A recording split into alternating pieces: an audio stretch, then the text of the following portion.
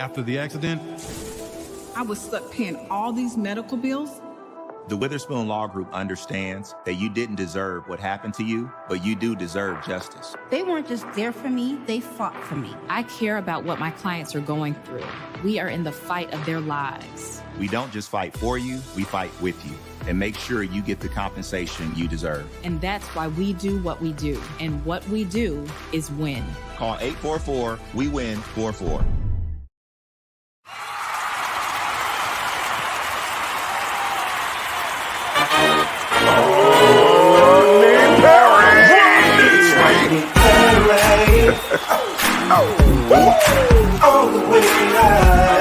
Get ready for America's #1 funny man. What? Hey.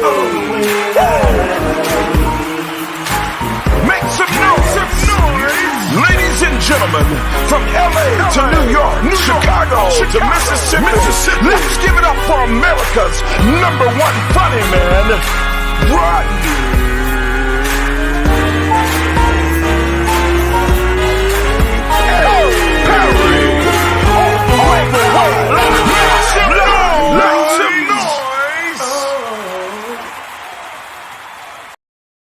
What's up, party people? It's your boy Rodney Perry, and you are tuned in to Rodney Perry Live. Hey, I'm excited about the show today. The show is going to be crazy, and it's going to be kicking it the way we always do. My name is Rodney Perry. The name of the show is Rodney Perry Live. Very special show today. Going to be going back in the archives. That's right. Invited a few of my friends on to reminisce about a moment in time 4 years ago. We traveled the world entertaining the troops, and I wanted to bring in a special co-host to kind of take this ride with me. Mr. Waitball, you there? Yeah, we definitely here. What's going on? First of all, thank you for coming on and rocking with us, man. Dude, we had a crazy time. And, you know, as comedians, we are always traveling and taking, you know, our careers, you know, away from our loved ones. And this time we took a trip, dude. We went to Djibouti, Africa.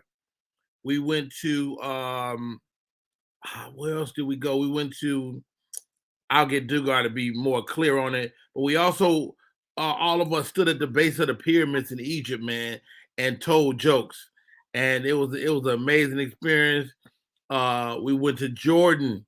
You know, when you hear people talk about the River Jordan in Africa, we were there. And it was so many appreciative men and women that wear that uniform that were right there with us. So I'm excited. That man is Waitball. And let me bring my guys on one at a time so we can all show them some love. All right. Our fearless leader. I've been all over the world with this guy from Korea to Japan to Djibouti, Africa, to the base of the pyramids and other places on top of that. Mr. Daniel Dugar. What's up, D? Hey, man. What's good, Rodney? How you doing, brother? How you doing? Hey, what's up, Waitball? How you doing, Waitball? Yeah, man. D, man, dude. You had a brainchild many years ago to start doing these military tours, man. And not only myself, but you've taken tons of comedians around the world. What's rewarding to you about that? Giving back to the troops, man, and bringing comedians over that understand that. You know, it's, you know, we take a pay cut because it's a form of giving back to the men and women that serve this country and their families, the sacrifice that they make. And the reward of that is unmeasurable, man. You know, the morale, us taking time away from our families, going halfway around the world to bring them some laughter, man. It's truly a blessing. It's truly a blessing. All right. Up next, the next senior man of the crew. I felt like that Drake, could actually be in the military. Like Dre could really hit the push-ups. He could really, you know, he had his hat tight. Super comedian, man, Mr. Andre Covington, join us. What's going on, Rodney Perry, my man? Hey, Dre, man. Out of all of us, dude, I believe you could really throw that uniform on, and they would know if you was one of them or not. You know, it's funny you should say that because I got mistaken a couple times. We went into a store, and you know, you have to be on certain days. You have to have a uniform on. And someone approached me, a superior officer, and asked me my rank and you know what was I doing out of uniform. I had to tell him I was one of the comedians. He laughed and backed down. And then he turned around and hit another dude in the middle of the aisle and made him put everything back and go back to the barracks and change. And I was like, man, sucks to be you. But it's funny you should say that. But he did. He looked me up and down, and I guess that guy was out of pocket. He made him pay the price. So they don't mess around. Hey man, it was great to get to travel with you guys, particularly because we formed a friendship, and I think that's beyond what we had before we got on those planes. Up next, man, they call him Danny Green, aka Black, aka well, he'll tell you all the AKAs. Welcome to the show, Mr. Danny Green. What's up, bro? What it do? What it do? This is your boy D Green, aka Black, aka Baby Dank. If you're from the East Coast, D Green. If you're from the East Coast, Midwest, or West Coast, and D Grizzle. If you're from the West Coast. Thank you. Wow. What up, D Grizzle? Man, let me tell you, it's a pleasure to be here. The only reason that Dre could be in the military because he walked around sleeveless everywhere he goes. So he got one muscle. Man, he got to be a gunner. Look at those arms. So, yeah, Dre. Hey, not to mention, DG, he tucks his shirt in his pants. Yeah. He tucked, yeah. Because I can. Yeah. Yeah. Indeed. No gun. But yeah, hey, right. Man, what's going on, baby? Hey, man, first of all, thank each and every one of y'all for coming through, man. We got a chance to see the world. What was your first impressions, Andre, as we began to navigate the world with each other? My first impression was the camaraderie. From the moment that we hit our circle together, it was all love. I hadn't seen Rodney in a minute. The last time we had worked together, we laughed the whole time.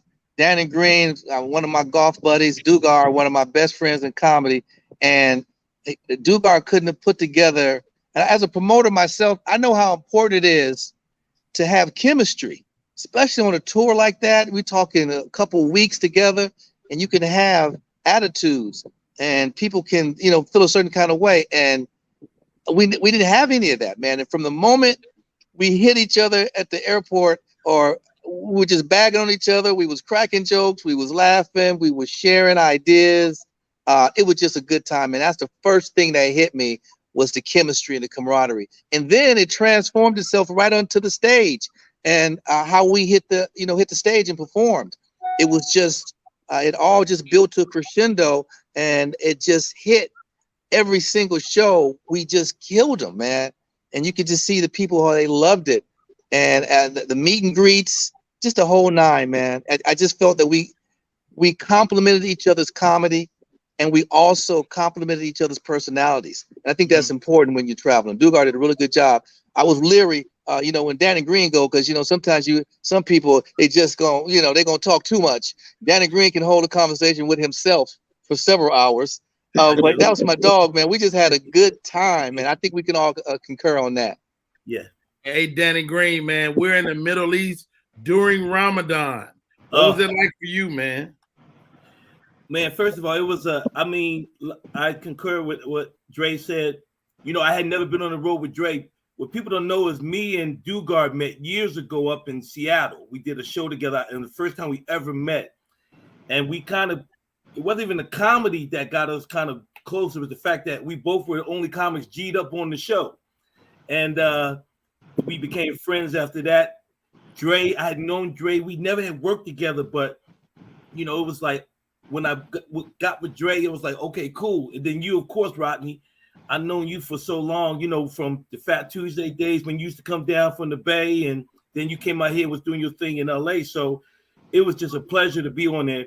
But to go out there during the time we did was actually kind of challenging because I remember them telling us during Ramadan. And this is, it's kind of interesting with this Brittany Griner thing. They was telling us, look, you guys can eat, but do not eat in public.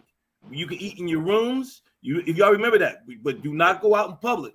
And they didn't want to hear no excuses about, well, who we are and we can't want to eat. And then the other funny thing about the Ramadan time was, well, I think we were leaving Bahrain, Rodney, Dugard, and Dre. And remember, I was going to sit. I had a window seat, and the 3 women were sitting there, and they wouldn't get up from their seats. Anybody remember that? And I complained to the stewardess, and she said, "You can't sit through them with the women right now through this time of Ramadan. You have to move somewhere else." I didn't argue the point. I just got up and didn't try to sit there and move. So it was challenging in some aspects, but it was great. Wow. I thought I was gonna have to give me a free Dan and Green T-shirt at a couple points there, but you made it through, my brother. You made it through. Yeah. There we are after 22 hours of travel, man. It took a long time to get there, but it was worth it, right, Daniel? It was worth it, man. It was. I agree with the brothers, man. It was challenging, and what a lot of people don't know, which I'll share. We were basically the Navy SEALs of comedy sent in there to clean up a tour that was there before us. Mm-hmm. Yeah, I remember that. And because that's not my region. The Middle East and Africa is not my region. I'm South Pacific. And the commander over there called my boss and said, "Hey, I need a comedy show to come in here and clean up this mess that we just had that was called a comedy show." And I called you brothers, man, and it was the perfect mesh of continuity. It just flowed so perfectly. And I felt that I was on the road with 3 friends, not just 3 comedians. And which later it showed itself, because you guys, were there for me when I had got the news of. And don't give that away yet. Yeah, right. Because, but man, it was a great tour, man. As we saw, the morale was through the roof. Yeah. And Djibouti, I had never remember the lady. She ran that whole base. Remember? Yeah. And we were like, man, this is a hybrid base. You got all 5 branches, and that 5th branch being the Coast Guard. And we didn't know how dope they were. They dope. The Coast Guard was gangster.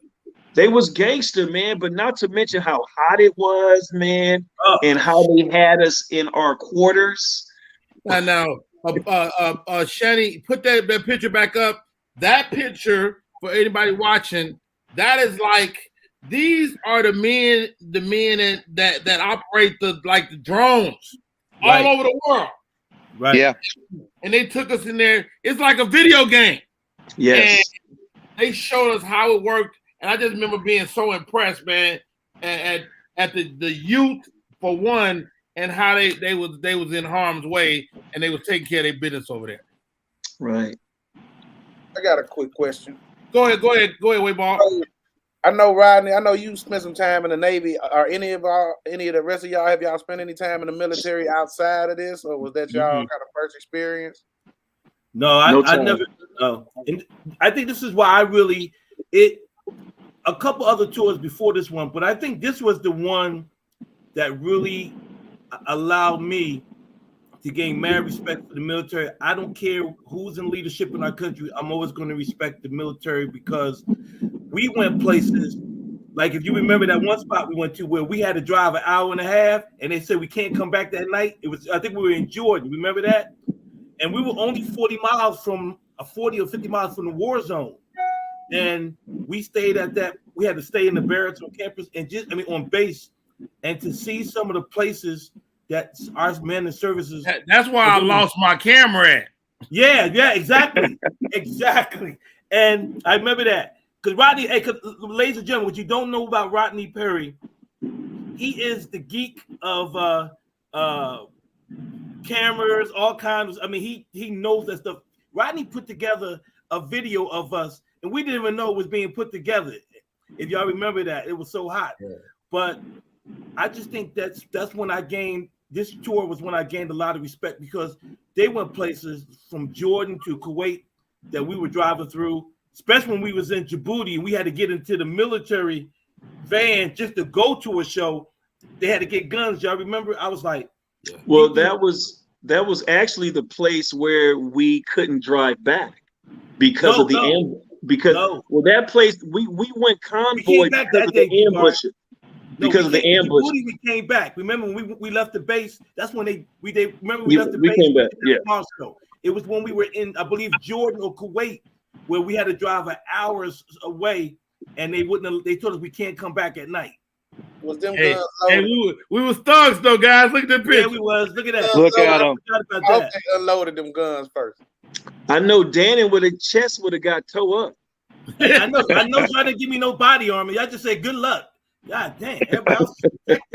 So one other question I got, because these pictures throwing me off. I can't tell whether y'all went, this was 10 years ago or 30 years ago, because some of y'all ain't aged the same. I say, Dugar, you doing good.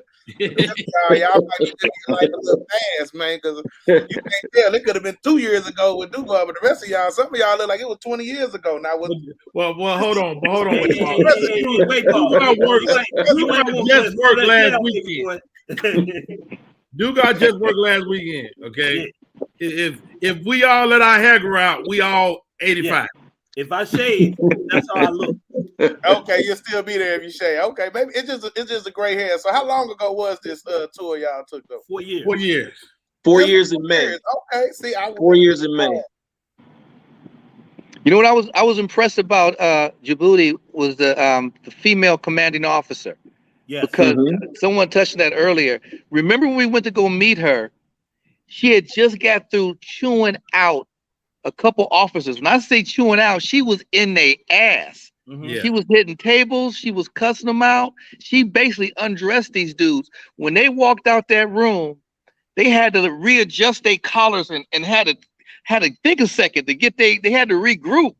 And then she turned and looked at us. She said, "Hi guys," and she just changed her whole demeanor. Just changed. She said, "Come on in. I've been waiting to meet you guys." And she was the nicest, sweetest woman. But don't let that fool you.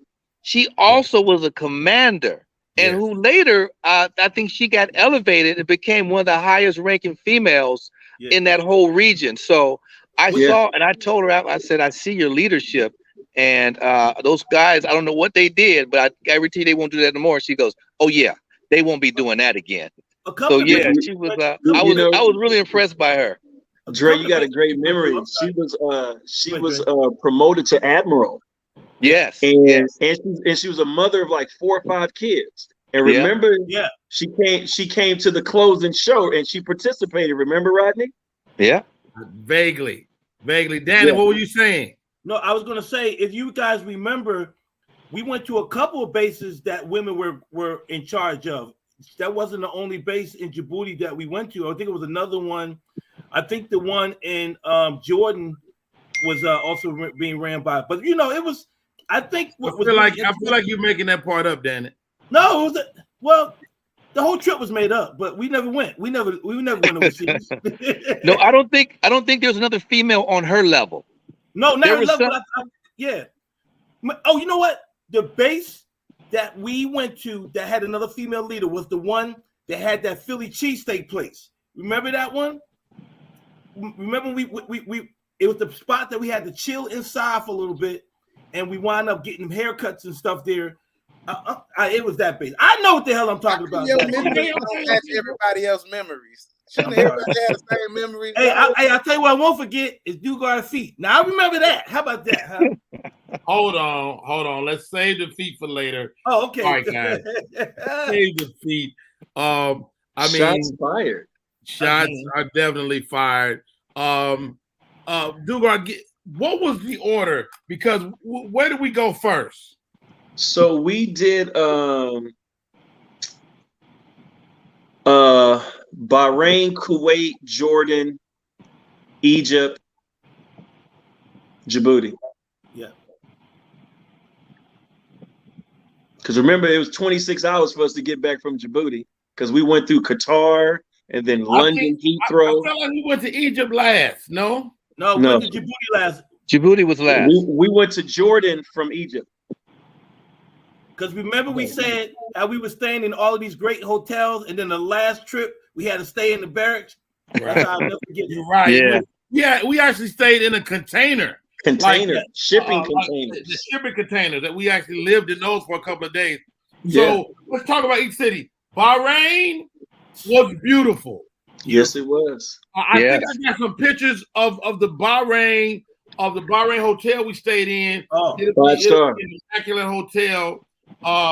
Man, first of all, I've toured before.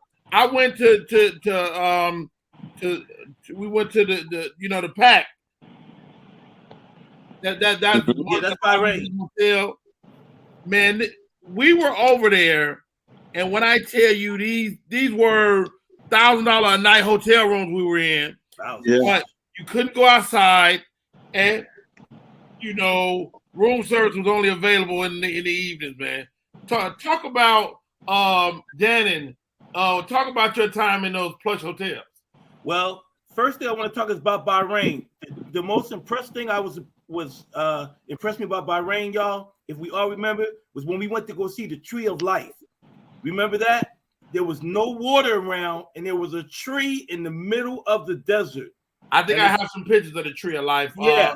If you see us standing around a tree, Shiny, that's what he's talking about. So what's remarkable about it then is there wasn't no water source around it, No right? water anywhere around. That's why they call it the Tree of Life, because they still don't know how this tree survives in the middle of the desert.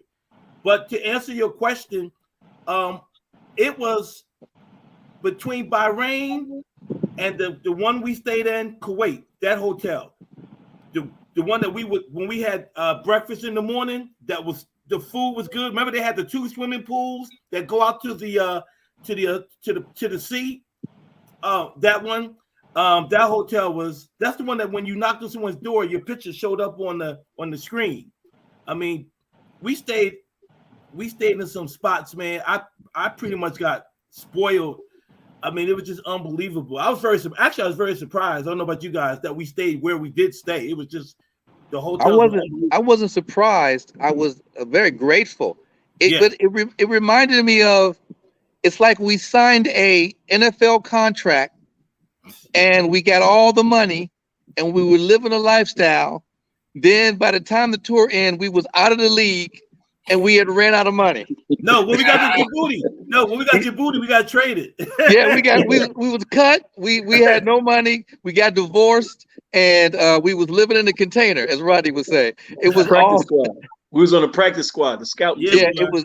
Hey. But you know what? At the same time, man, I still felt grateful that we was performing for the troops.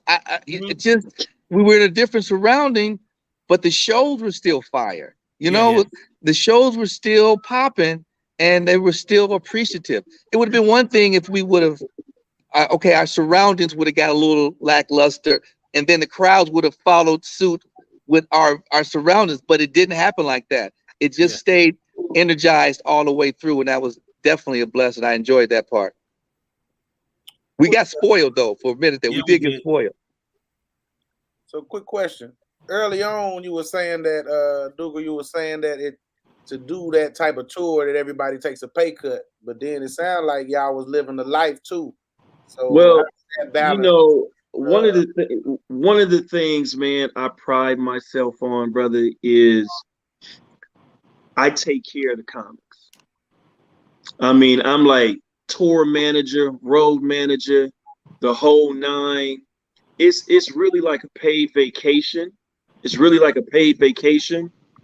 But you really want for nothing, because the way I'm not a promoter, man. I'm a stand-up comic, just like my brothers here. So I'm not taking no chunk of nothing. My thing is to divide it equally and fairly, and then treat these guys with the utmost respect and make them as comfortable as possible. I knew we were staying in 5-star hotels. I knew this, but I ain't never been in one, so I couldn't compare it to nothing. I was just in awe, just like the rest of those guys. And I think that's important, man. When artists, when we feel like somebody has our best interest and we're being taken care of, that just makes it even better because we as comics, that fraternity, we talk. And everybody in the comedian community knew that we were all on this tour. So when you get home, it's always word. Well, hey man, how was this? How was that? How did they treat you? Those kinds of, and I pride myself on that, man. I really try to take care of the people. It may, you know, if you remember, I know when I came back, there were people, and even when we were on it, when we were there were comics that were jealous. They're like hitting you up. Remember, like, hey, when can I do this tour or whatever? Because every time we put up some photos and Rodney had a video out, I mean, people were just like when we stayed at the night that I really enjoyed. I mean, I enjoyed the whole trip with us, but it was when we was in Kuwait at that hotel. The one I was talking about when you looked at the TV and all that. Right, nice. That night, you remember that night, guys? We hung out. We went out. Yeah. Oh, that was so beautiful. That was so dope. All of us sat there and just talked, man, and it was like some gangster stuff. It was really nice, man. It was different. Wow. Hey, y'all, my name is Rodney Perry. You're tuning in to Rodney Perry Live. We're talking about a tour all of us took 4 years ago now. We toured Bahrain, Kuwait, Jordan, Egypt, and Djibouti, Africa. Dugar, man, when you get the word, well, let me ask you this, dog, because I don't know if I know this or not. I'm coming off a stroke. Did you ever have any reservations about even bringing me? I wanted to bring you because you understand the military. A lot of folks don't understand that with the military, white ball is there's no gray area. It's this or that. Yeah. They don't play in the gray. Rodney understood that and he knew that. So why wouldn't I bring a comic that understand what I understand? Because a lot of the comics that I bring, they don't really get it. But when they get over there, they process it. And when they leave, they understand it. I knew you had just came off the stroke, but you were doing well and you were moving. You were starting to get out and doing shows again. And I just thought this would just be a good run for you, man, to just kind of like, you know, get the kinks out, work your material out, and come back rejuvenated. It helped me out a whole lot too, man, because like I came home stronger than ever, you know, and because, you know, you got to pull your weight when you're on a tour like this. You got to carry your bags. You got to make sure you make flights. You got to do all that stuff. Andre. Yes, sir. You really the senior man on board, as far as I'm concerned. But we caught you sleeping a lot. Yeah, well, you know what? I love to get my rest, man. I think that's what that keeps me feeling young. I don't try to burn all those candles at once. And I wanted to, for me, this is for me in a nutshell. When I go on these tours, it's almost like a vacation for me / working, but I take the work serious. I have a full-time radio gig. I went to work this morning at 4:30 in the morning. You know, wow. So when I'm doing that year in and year out, I'm in 22 years now. So when I take my vacation time that I could be on land on the beach and I go do these tours for our troops. So I'm only sacrificing time and effort, but I'm sacrificing vacation time that I would normally be chilling and with my family, which is also a sacrifice because that's a couple weeks that I would have been taking with my family somewhere. So they had to sacrifice for me to go do this as well. So for me, it's a time to, I gotta rekindle, you know, I gotta reboot the system. So you will see me nodding, getting some rest here. But at the same time, when them lights hit and it's showtime, I come alive. But I'll give you your flowers, Rodney Perry, because even you coming off of your mental situation, your physical situation, you were still mentally strong and you closed out the show. And I said to myself, I'm going to do what I do. I'm not going to hold back. Some people you like, you know, I've been on shows with guys who were the tail end of their careers. I ain't going to say no name. They've come to Fresno. They were big names at one point. Now they've kind of dwindled. And they'll say, hey man, take a little easy on me. Don't go too hard to paint because I ain't gonna be able to follow all that energy. And they know you here. And I will pull back for that superstar who once was, just so they can have a better set. I wasn't pulling back for you, Rodney Perry. I was trying to give it my all and make you go to work. And brother, you went to work every single show. I give you your props. I was trying to give your ass another stroke at the end of the day. And you stepped up and you did the damn thing, man. Had another stroke. That's how we supposed to do it. And if it would have been a situation where you couldn't have done it and we would have had to switch the lineup, that would have been well too, because at the end of the day, it's about the camaraderie and us looking after each other. But hey man, you answered the bell every single time. So man, to you, my brother, I give you your props, Rodney. You impressed me, man. You always have impressed me. I'm not gonna say it, but to come off of what you came off of, and you didn't come in and say, well, hey, let me open up the show, take it easy on me. You was like, I'll close it. I'm Rodney Dammit Perry. I'm ready. Let's go. I'm here. So much love to you, brother, on that. Hey man, so much fun. Hey, let's talk about this, guys. Your connections with the troops. We dealt with Army, Navy, Air Force, Marine, and Coast Guard. We connected with a lot of people, man. And it helped me. How about this? It helped me this year with this. My daughter gets called to go to Djibouti, Africa. Wow. And I told my daughter, I was like, you don't want to go to that base. That base is some bullshit. I've been there. I got a chance to tell my daughter, don't go to that base. And but talk to me about your connection with the troops out there, man. Who you want to go? Whoever.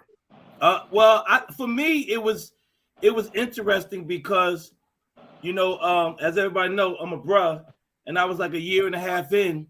So to go overseas, and I ran into so many Qs over in different bases, you know, it was that connection there, and being able to talk to have something in common. But I also believe, for me, with the troops, I think what really got me was when we would tell them we're the comedians for the show, how excited they got. And I think it was that because it was giving them, and I remember some of the commanders saying, you're giving these guys a taste of home that they haven't had in so long.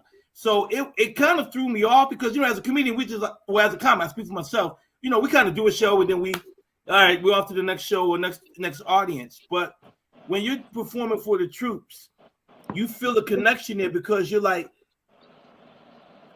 something could happen to this guy if he gets called somewhere else, you know what I mean? And so you feel like you're performing for a person that truly appreciates you being there. And that's what I got. That was my connection the whole time when we were out there on that road, how much they really enjoyed just having us there. Dugo, I know you're exhausted, man. I'm not gonna hold you much longer. No. I'm not exhausted. I'm good, man. I got my 12 hours in the other day. I'm good. I'm good. Hey, dude, you kept us aware of our responsibility to those men and women that are over there, man. Talk about that, bro, and how important that is to what the bigger mission is. Well, you know, as you guys all know, and Rodney, you know, being former military, there's rules and regulations. Mm-hmm. You know, what Dan had said was very on point. We are giving them a dose of home away from home.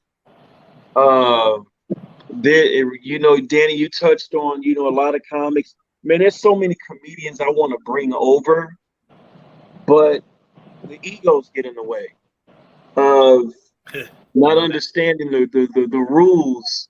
You can't say the N-word. If an N-word comes out on the tour, the tour is over. Right. Your money is gone. And then there's the possibility of me losing my contract. Mm-hmm. So cats get mad at me for that, but they don't understand the bigger picture, man. I say this all the time because I just had some guys that just ended a tour the other day, and they understood it. It was their first time in Korea. They loved it. They put the work in and they got down. If comics come over thinking it's a money grab because they say it's the military, if you're talking about money, I ain't booking you. And Danny, I just won't call you back. Right. If you're not coming for the troops, and I don't feel that, I'm not returning your call. And cats be like, yo, man, you didn't call me back. Hey, man, I moved on because you answered my question. You was talking about money, money, money, money, money. It's the military, military, military. That's not what this is about. And that's the bigger picture, man. A lot of people don't get that. They think it's a Brinks truck rolling backwards. It's about those men and women. Rodney, you were one of them. Your daughter is one of them. And that's the big mission, brother.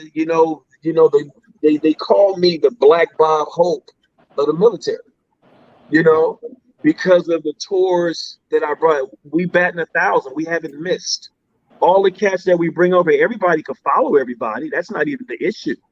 It's the camaraderie. Can I put this ego with that ego and that ego and that ego and still let them be artists? So when I will say this. Yeah. I will say this, D. There was definitely zero egos. Zero. Way ball. It was zero egos because they started roasting Dugar. And I was like, y'all better leave Dugar alone, man. Danny Green, first of all, let's get the whole story. So Danny Green, Dugar is killing Danny. Killing me. For a week, 2 weeks. And some kind of way, Danny Green found out.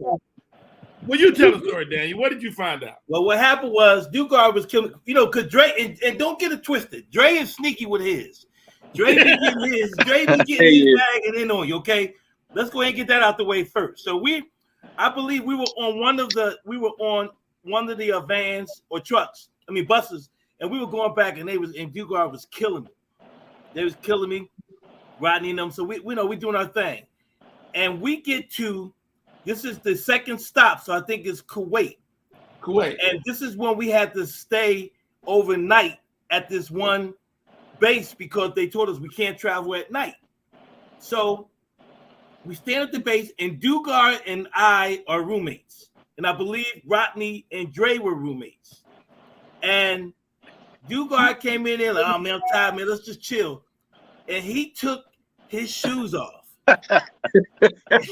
And ladies and gentlemen, when I tell you, I thought the death of Queen Mary and everybody else is in that shoe. Man, and you understand, we're in the barracks. We're not in no big room. We're in a real small room. And when that hit my nose, I said, Heavenly Father. You ever pray and don't even know why you praying? I just said, Heavenly Father. And I told him straight up, I said, man, burn those shoes. Get rid of them. He was like, oh, nah, these the shoes. I'm like, nigga, those your feet. I said, that was the first time you used the N-word on tour, huh? You had the first time, I said, wait, ball. So now this sent Dugar on a mission to get some new socks. Yeah, but it ain't working. We can't find no socks. Ain't no socks nowhere. Ain't no military issue socks. Dugar had to wash his feet. Every time we would get ready to go around, like, Dugar, you gotta wash your feet. So we get on there, and that was the first time because we was killing each other. And when I said something about his feet and everybody on the bus died, Rodney said, shots fired, and that's what we got it. And wait, ball, I'm gonna tell you something. Dannon tore my ass up. He gave me the business to where I was like, I just gotta take it. Yeah. Because we took it. If he said, we said, I don't like what you eat. I said, well, nigga, I don't like your feet. That was a running joke for about the rest of the tour. Yeah. It was a running joke because I remember because I didn't know where you guys' room was, and then I saw them shoes sitting outside the door. I said, "Yeah, they over there." They over there, man. But I would say this, and all of us being comics, we know how people can bag and be vicious, and then you may laugh, but you're mad at you don't really appreciate the dude because they went in and made it personal, whatever. But we talked about each other for a couple weeks, but it was nothing but laughter the whole time. And when it came showtime, we prayed. We made Yes, we sure, did. and we went out there and did it. And we hung out late, and we were playing that game. Me and Rodney. Shuffleboard. The little shuffleboard thing. Yeah, Shuffleboard. Rodney got a little attitude. Rodney can get a little attitude, ladies and gentlemen. He can be a little mean. He competitive. He got mad at me. You ain't winning. I'm like, oh, hey, slow down, bro. I'm on tour, man. What was that game though? Shuffleboard, is it? Shuffleboard. I don't know if it was called. It was called some. It was fun though. We got to play. It's sand on the thing. Yeah, the shuffleboard game. That was fun.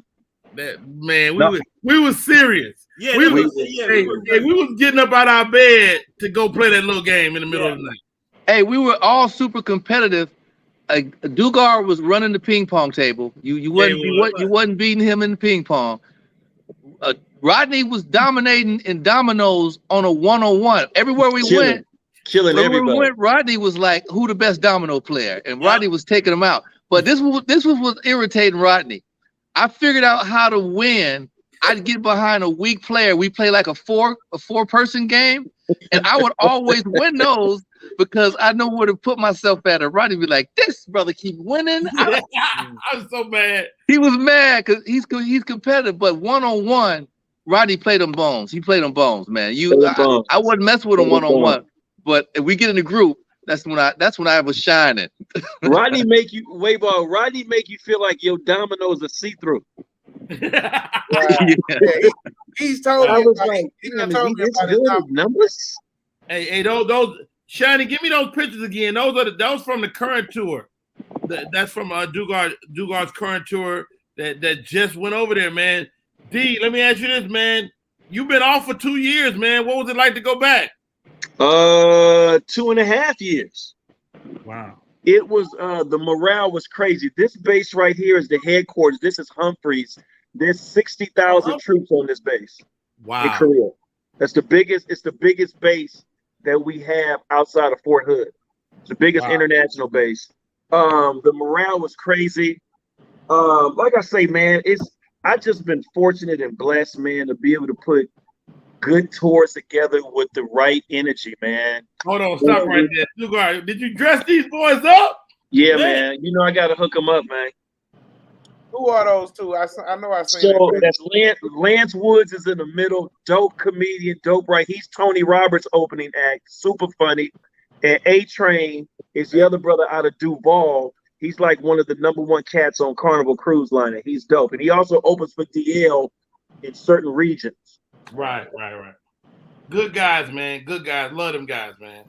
Hey, you couldn't have went back out with a better group. I'm sorry. Remember when we went to we were in Korea, we was at that one base where we all got haircuts? Were we on that one, or was that the other last one? No, that was Djibouti. That's Djibouti. Yeah. Djibouti was it, yeah. I mean, that's the great thing about these bases, man. They had every single thing and anything you could possibly ask for. Yeah. Yes and no. Y'all remember this? Now this is a highlight of my life right here. Yes. We at the base of the pyramids. That is not a postcard. That's us standing there with the pyramids in our background, man. And it was amazing. Who rode the what they call them thing? The camel? Camels. Who rode the camel? You did. That would be me. Rodney, you was on one too. I did one. You did one. Yeah. I didn't remember. Hey, if y'all remember what happened, I kept asking, and I was scared, and I kept saying, I said, are these camels good? They're like, no, don't worry about it. And then I think Rodney got on the camel, and the camel dipped all the way down, and I was like, oh, hell no, I'm not getting on that camel. I think I was a little heavy for the camel. I think I was a little rotund. I think the camel didn't want me to get on him because my feet smelled like camel balls. Camel's like, get up off me. Hey, let me tell you the funniest story. It happened with me and Rodney. So we're at the pyramids, and y'all know I'm bad with heights. Everybody knows that, right? So I didn't even want to go up. And Rodney's like, Dan, you can't come 10,000 miles and not walk up inside the pyramid. I said, all right. So I got up to the pyramid. We got into the pyramid right there, remember? And we walked up. We walked because that's high. People don't understand. That's high. That's way higher than it looks. Yeah. Yes. So we're up there, And so Rodney and I are going in. We're inside of the pyramid now, and then we go into an opening that leads to this shaft that takes you up to see the mummies, right? So the pharaohs and stuff. So Rodney, like, let's go up. I'm like, Rodney, I can't do it. He said, damn, you can't come 10,000 miles and not go do it. I said, all right, let's do it. So as we got ready to walk to the shaft to go up in the shaft, because there was only like 2 ways to go up and 1 way to go up and down. Right. Some white guy came running out of there and said, I can't do it. It's too close. I said, oh, hell no, I ain't going up in that mug. And I turned right around. I turned around also, man. Drake went in there, though. Drake, you went in, right? Drake went up, right? Yeah, what had happened was I turned around. Yeah. When you go in, there's like a real small tunnel. You start to go up, and actual people are coming back down. Yeah. And you basically have to pass them, and they're so close, your bodies are rubbing up against each other, and they are drenched in sweat. And they're saying it's just too much. I can't do it. This way, I'm halfway going up now, and it's dark, and there's very little like air coming in there. So I was like, man, do I turn around? Because you guys had already turned around. But you know what I said? You know what? Mama didn't raise no quitter. Let me keep on trekking up here. So I go up a little further, and now I'm going up, and it's getting. You remember those Egyptians were very little people. Yeah. So I'm 6'3". They said the average height back then was like 5'6", 5'7", and you was considered tall. And they was weighing about I was a giant out 15. Yeah. So I'm going up, and then I see a little light, and then I come out, and I'm like, I made it. And the guy goes, no, you're only halfway. You have to go across this bridge. It's a wobbly bridge. You got to go across that, and then you got to go up another. You got to set up another tunnel, and it's just as dark. Then you come out into the tomb. And that part, when I got up into the tomb, I was able to sneak my phone in. And you're not supposed to have any cameras because they take all your cameras at the when you first get there. Yes. And I pulled out and I started taking pictures. And this guy runs over. He goes, no. You're causing a commotion. This is a desecration or whatever, of our tombs. And you can't do that. He goes, you Americans. And he was like looking at me, going off. And I pulled out a $20 bill. He goes, all right, make it quick. Just take a few more. All of a sudden, it ain't about the tombs anymore. It's about that paper. Desecrating his whole culture for $20. Oh, he changed his whole thing. So I give him a 20. I take about 4 or 5 more pictures. Then they sell me some water for $10 because now you're perched and you got to go back. You got to go back down the same way you came up. Yeah. But it's a little easier going down. But yeah, it's hot, man. They got no air in there. No. I couldn't hang. Yeah, it's a dangerous amusement park. Like this wouldn't be sanctioned for Disney World or something. It would be illegal. No. It ain't. Yeah, safe. it was probably about. I'd say it was probably about 105, 108 in there. It was hot. Easy. Hey, if you remember, our dollar was worth so much money over there. If you gave them like $20, what you did, you probably paid for his rent for like a month. Yeah. They was talking about how far the American dollar go. It was crazy.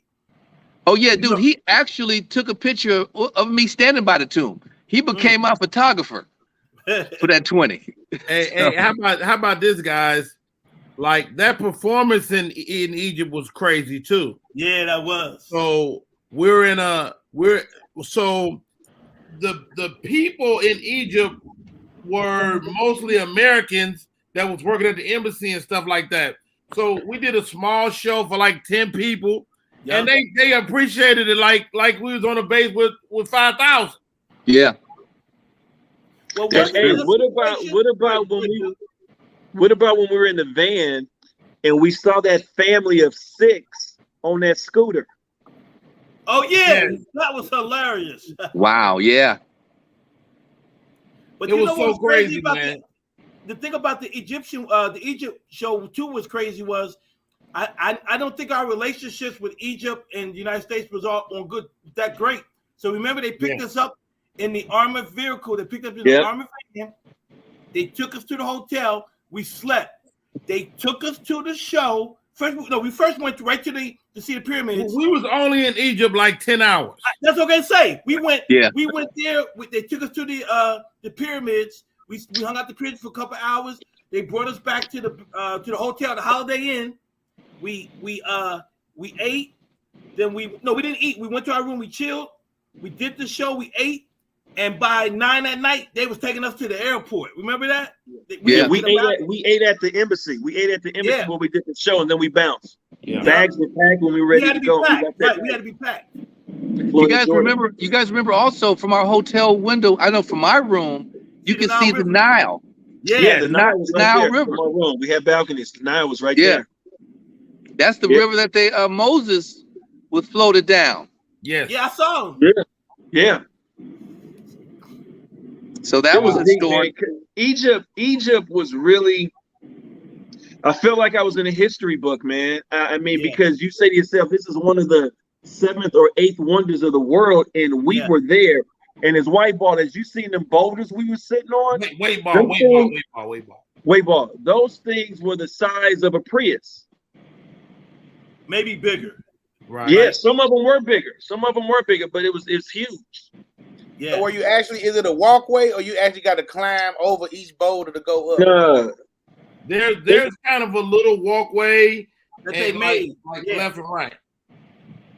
But yeah, we had to climb up to get where we are on this photo. Yeah.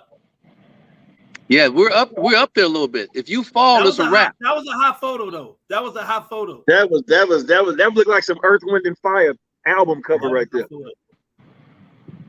Look like a new NWA right there, like y'all banging on wax or something. It's the Bloods on one side. And I want to say that was the biggest pyramid, and then we come off of that and we went around and we got those other pictures where they had the pyramids in our background later. Yeah, this was I believe this one was Giza. Yeah. Hey, and then the Sphinx. Remember, the Sphinx is right next to it. Oh yeah. We saw the Sphinx. Yeah. Yeah, wow. That was incredible. Yeah, that river, the Nile River, that's the river that they turned the blood biblical. Yeah. And the same thing happened when Dugar put his feet in it. It turned the blood all over again. One more time. Shots fired. Another play. Hey, I didn't even know I had a turban on my head. I didn't know I had a turban. Yeah, you do. Yeah. I still got one of those here at the house. Oh, do you, Rodney? You can't. Oh man. I still got one of those. Yeah. You know, hey, but you know, I bought it in New York, but it still is one of them though. Right. You know what's crazy about the pyramids? I tell people it was the most amazing, shocking thing I saw before we got to it. Because if you guys remember, when we were driving on the freeway, they had those real tall apartment buildings. Remember that? And you couldn't see nothing. Then all of a sudden, you just saw the tip of the top of the pyramid. And I was like, oh, it's like a King Kong movie. I'm like, damn, is that the pyramids? I mean, it was crazy, man. Yeah, they were right there to the city, very close to the city. Yeah. Well, they used to. What they said were they weren't by the city at the beginning, but the city built out. So they just built out, and they just got closer and closer to the pyramids because of the growth of the city. Yeah. So you have no idea how many people. I don't know, Rodney, if it happened to you or Daniel or Dre. But you have no idea how many people said, man, one of my dreams, one of my things I want to do in life is see the pyramids. Like, I had people really tell me that. You know, I get that a lot. Yeah. Yeah. Would you guys go back? I would go back. Yeah, I'm not talking about like on a tour. Would you just go back to visit Egypt, like with the family? Now my family, that shit was scary. Like, I'm right now. Yeah. I wouldn't want to take my wife and kids, but I don't know. Maybe, I mean, you know what, Dugar?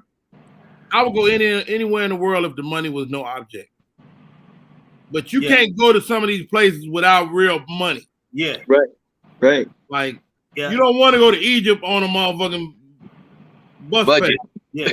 Right. And that's funny because as poor as the countries are, it still costs a lot just to get to them. You know what I mean? And remember, on this tour, we were supposed to do a show in Dubai.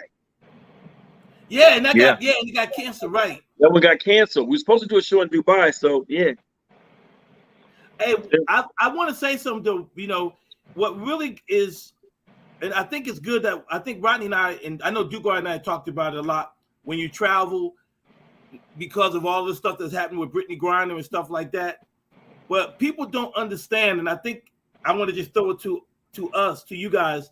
People don't understand how important it is to follow travel rules, because remember when we stopped when we stopped in Kuwait, and I don't know if it was Rodney or Dre, but somebody, when the guy at the customs says, "What are you guys here for?" and someone cracked a joke. I don't know which one it was. It was you. Guy, you did it. Damn. Okay. You did that. Yeah. He gave us a look of death. Like, I'm going to ask you guys one more time, where are you staying, where you at? And that's when our guide came up. Remember? Because we didn't even know. He said they're with me. You know, he said he's staying up there somewhere. He gave him like a crazy name and kept it pushing. But I was like, is this the chick, Dre? For what? The one you was talking about, that was the CO. Yes. Is that Djibouti though? I think that is Djibouti. Isn't that That's Djibouti? her. No, That's that her. doesn't look like Djibouti though. I think That's her. that's Djibouti. That's her. Yeah, that's her. Okay. Yeah, Danny, you're so right about that, man, because that's probably one of the reasons why I wouldn't take my family, because we traveled under, protection. We had someone, we had a liaison, someone who could, in an emergency, speak for us. We had connections with the, embassies and the military. You don't have that if you're traveling abroad by yourself. Remember when we went to Djibouti, when we were in Africa, Ethiopia. Remember the guy said, "Hey man, don't let your bags hit the ground, because they're gonna take them and you're gonna have to pay extra to get your bag." That's inside information.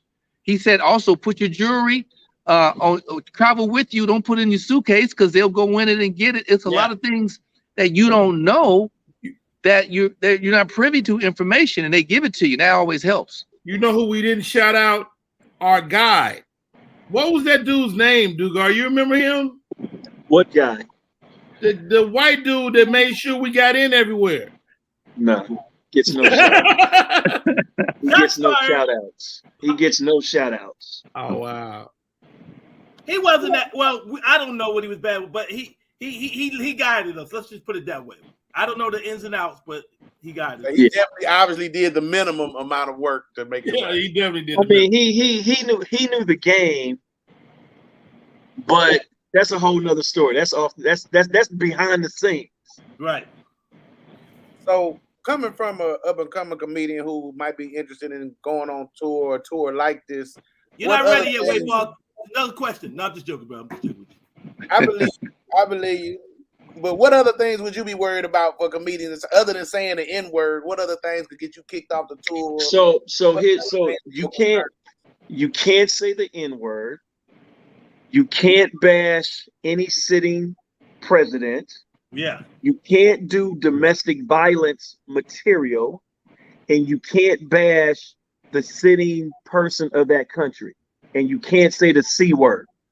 And the CO or the base, you can't say nothing about him either. No. Right. No. So I could talk about crackers, but I can't say the N-word, but you can say cracker. No, you can't say that neither, because that's a racial slur. You can't do anything that it seems racist or bring any type of division amongst the troops. You cannot say anything. You got to have because material. in the military, the color is green. It's not Green. black or white. Right. So that's a fine line. And I'm gonna tell you, man, I really vet comics. I really do vet them. I got some of my dear friends that want to come over, and I won't book them because I know they will slip up, and then it'll be like, Dugar, man, you know what I do. You know, they know what I do, man. This is what I do. You can actually, you doing what you do, you can shut down comedy, period. Right. Wow. Not just my role, we can shut it down across the board to where everybody, there's no more comedy, no more until we decide we want to bring it back. And that could be years. Yeah. And another thing that is real important too, which they told us, and you know what, with these new comedians, I don't want to say, but younger comics, I can see this being a problem. Remember when we went to a couple of those bases and they told us you cannot let anybody know where you are. Right. Remember that? Right. And they, especially the one we went into Kuwait, when we was in Kuwait. They took our phone. They took our phones, remember? Yeah. They took our But phones. they didn't want us to even post. They said no social media post of what base you had went to. You know what I mean? And that'll get you, that'll get the whole tour shut down.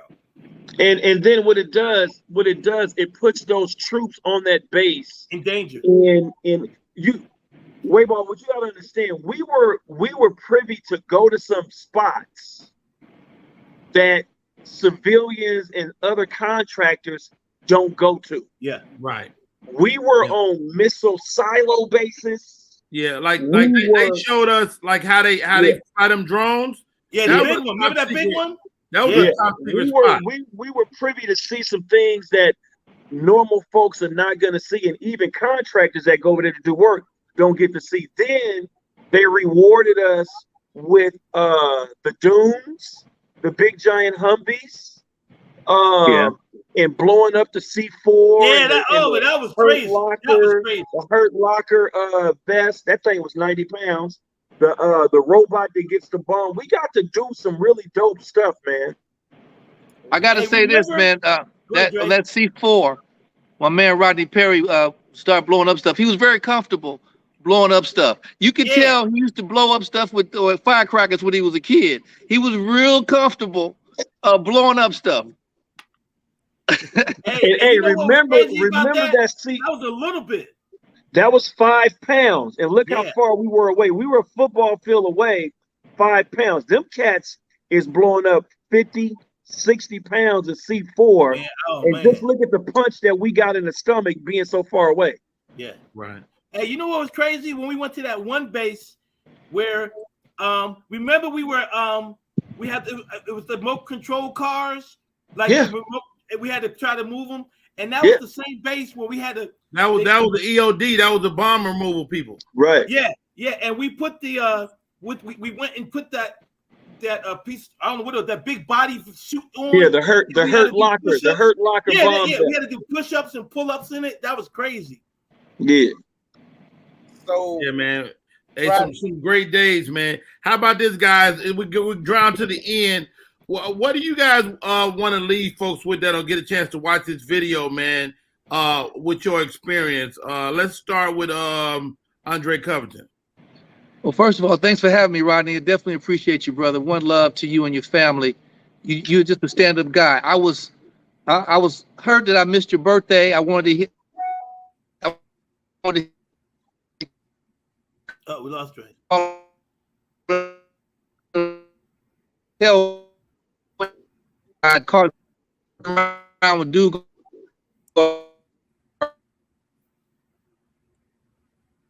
I don't know what he's saying. Goodness gracious. He kissing your ass. That's why the shit went haywire. That's how he sounded. That's how he sounded on tour, ladies and gentlemen. That's that light skin shit, man. Hey, Dre, you froze. I don't know if you can hear us or not. Danny Green, man, your reflections of this great trip we went on 4 years ago.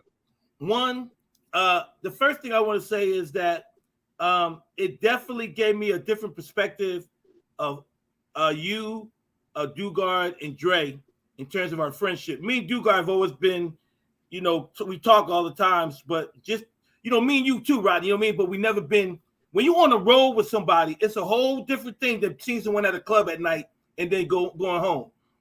Right. So to just be on the road with you guys at first, it was just an awesome thing.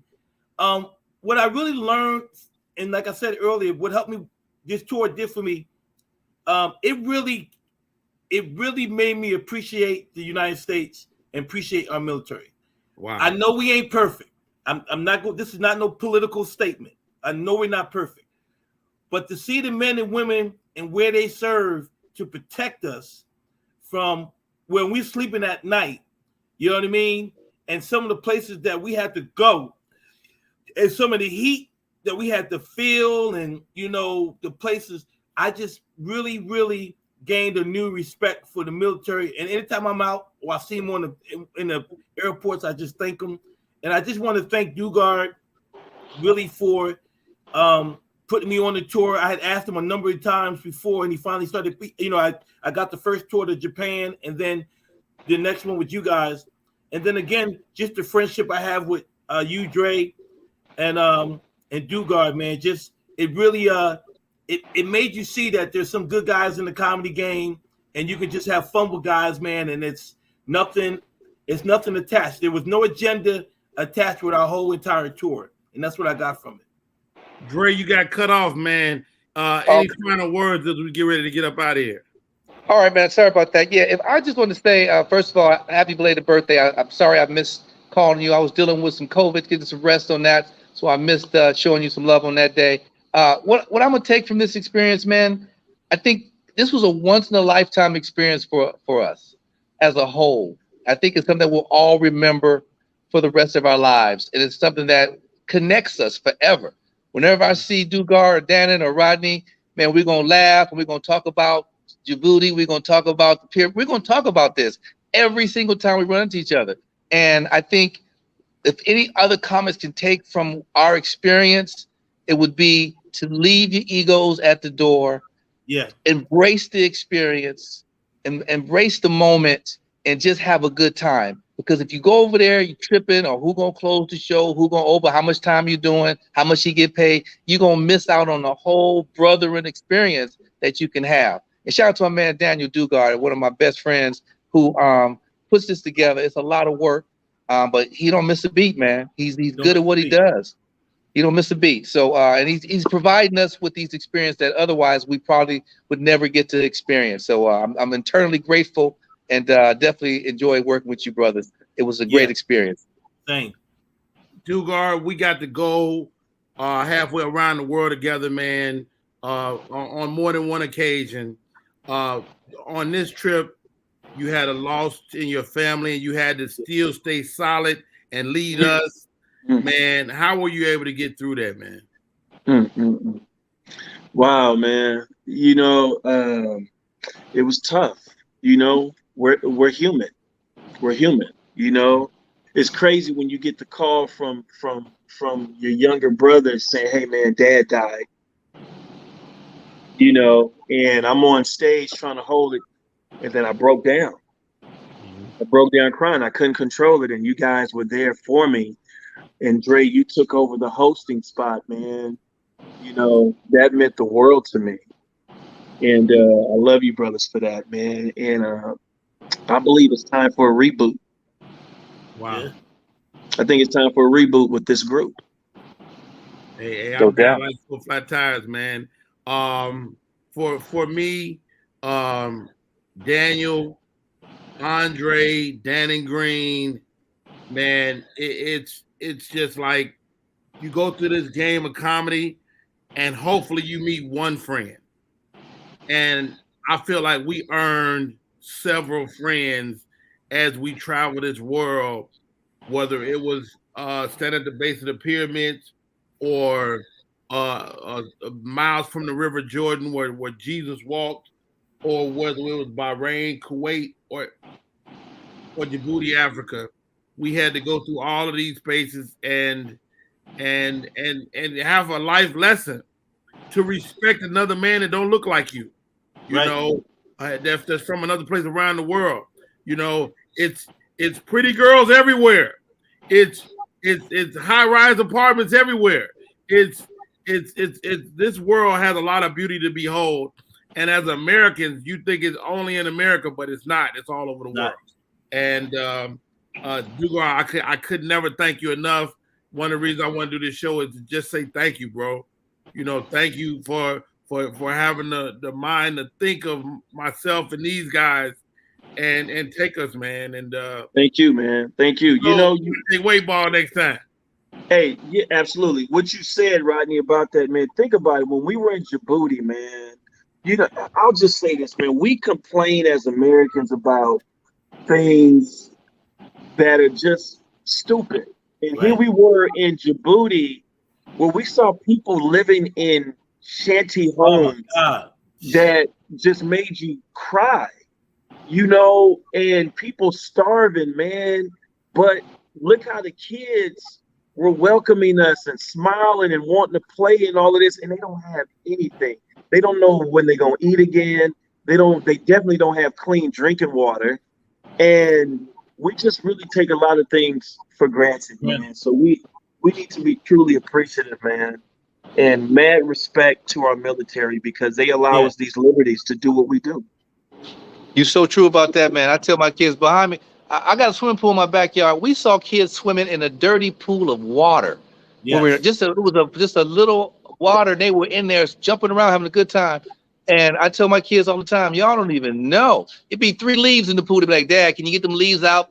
I don't want to jump in there with them leaves in the pool. I'm like, if you don't get your ass in that water, stop worrying about them leaves before I take you to Africa and make you swim in a dirt pool. So yeah, man, we got to definitely be thankful. You tell your kids if we let Danny Green come over there, it's gonna be more than leaves in it. Hey man, I just think that again, Rodney and Dugard and Dre, again, man, I think when you really get a chance to tour like we did, this was a different tour. This wasn't like the career tour where you're going to Korea and it was beautiful architecture everywhere. When you go to where the nicest spot we stayed, look at that. Yeah, that was the night. Hey, my God. Hey, send me all of those pictures, Rodney. Text me all those pictures, bro. That is the best. That's the picture I was talking about. That was in Kuwait. Yeah. That was one of the dopest hotels. That was a 6-star hotel, bro. That was a 6-star hotel. Yeah, that's 6-star. Yeah, and that's the night I was talking about, man. I felt it was just so great, man, to be with you guys, man. We sat there, man. We talked about some serious stuff and everything. Yeah. And I just want to tell anybody that watches this, and I really mean it. When you travel the world like we did and been to some of the places that we've been to, you have to respect our country. I ain't saying you ain't got to agree, but I'm telling you, man, we went some places that nobody, and the thing about it, we stood out like sore fingers because we were the only black dudes at a lot of these spots. They knew they don't belong here. You know what I mean? Like, so that was another from Africa. Hey, if you guys remember the lady who was the guide and was talking about the pyramid, I don't know if you guys, but the guy was saying something about, asked her if she was Egyptian. And she's like, no, the Egyptians look like them, pointing at us. The true Egyptians look like them. And just to watch his mouth drop gave me pleasure. And I remember when me and Dre went to the movies at 2 in the morning because it was Ramadan. We went saw, what did we see, man? Deadpool. Deadpool. We saw Deadpool at the movie theater at 2 in the morning at the mall. Because remember, Ramadan, all the kids was coming out like at 7, 8 o'clock when the sun went down, and the mall was closing at 4 a.m. So it was a dope experience, man. It was really cool, man. And that was definitely the best tour, man, experience wise, because we had to have each other's back. We were all in a foreign land where they got serious rules and regulations and laws, man. You know what? And another thing I want to say, which I thought was very interesting, and I think Dugard remembers this. We were at that one base where we call it. Remember, we said it was the base of killers because that was the base where all Marines go before they get deployed. I forgot which one that was, and that's the base that gave us the big plaque. And we were sitting around the table, and Dugard said, which shocked us all, because this is when Trump was in the White House. He said, well, how do you feel about who's leading the country and blah, blah, blah. And I never forget what that Marine said. He said the coldest shit I ever heard. He said, we don't care about who's leading us. He said, we got a job to do, and we're going to do our job. And that's without hesitation. And remember, we went to the big giant mosque. Did we go to that mosque? Oh, yeah. Man, that was a trip. That was on that base, I think. I think that was on that base, that same base. But when he said that, man, I was like, these dudes ain't no joke. And that was the base that we got to hang a lot in the we went shopping a lot in those in the annex. If y'all remember, at night a couple of times we going hanging at the annex, going to get food. But Trying to find me some shoes. yeah, some And socks some for you, socks. man. And some Yeah. foot spray. Yeah. But nah, man, I just like I said, man, Rodney really, like, just like you're seeing it right now, ladies and gentlemen, Rodney was the one that, you know, took all the pictures. Mostly had all the pictures and the cameras, and I mean, he really kept us you know, the memory for us in a lot of, you know, cases. That was Egypt right there. This picture that was was in Egypt at the embassy. Yeah, that Is was in it? Egypt. Yep. Oh, Was wow. that Egypt? Because That's all those Egypt. girls were school teachers. They were all school teachers teaching Yeah. the kids. Wow. Yeah. Hey man, Rodney, send me those pictures, man, please. You ain't got those? I'll make sure you I get don't them. have them. I got I don't them on my have other none of phone. those anymore. I got them. They're just in my other phone. I don't have any of those anymore. All right, guys, man. Great walk down memory lane, man. I can't thank you all enough. Any last words, weight ball, man, you take from this our old man reminiscing? Yeah, well, you know, it just make me think I need to take good care of myself because 4 years could look like 20. You take the wrong. So, Hey, leave Danny Green alone, man. He said he shave. He can get 10 years back just like that. well, Danny Green can still throw them hands too. You sleep, Andre. All your sleeping pictures, you look like a young Lionel Richie. I don't know what it is, but go back and look at it. Gotta get some rest, baby. Gotta get that rest. I see you. Hey wait, guys, Mark, man. Can I give some advice real quick? I've never seen your comedy. I don't know your style yet. But if you're dealing with Rodney, you got a good dude that's really That's right. That's right. Overseer, if I would say. That's right. That's real talk. Learn from him, bro, on the real. And if you really want to make it in this game, learn from him. Rodney done did everything from TV to film. Hey, real quick before we go, how do we stay in touch?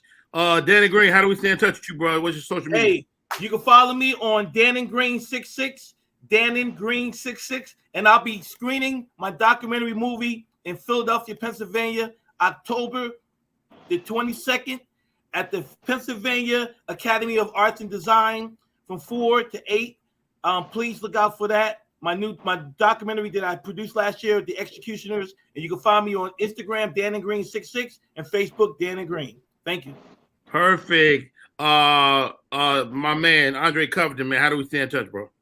I'm on the witness protection program. You can't find me. I'm hiding. But if you need to find me, you can find me on Instagram, Laugh with Andre, just like it sounds, Laugh with Andre. And you can catch me. You can see me streaming every morning on the Greg and Dre Morning Show, Q971.com. You can log on and check me out. The #1 morning show in the Central Valley, Greg and Dre Morning Show, Q971.com. My man, Daniel Dugar, how do we find you, bro?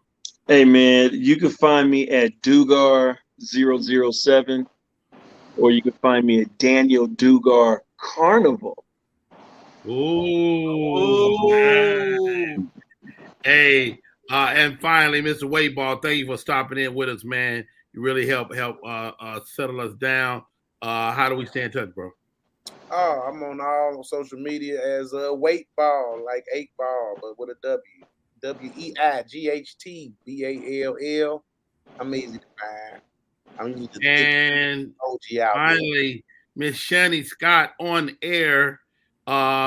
She is the engine behind Media Room 360. Shani Scott, how do we stay in touch? Well, we can't stay in touch with her. We can't hear her. There she is. Yeah. Okay. You muted. Everything Media Room 360 TV. Everything Media Room 360 TV. I love it. Hey guys, my name is Rodney Perry. You're tuned in to Rodney Perry Live. We do these shows every single day, and you never know we're gonna have a special one like this. My name is Rodney Perry, and you're tuned in to Rodney Perry Live. Let's go.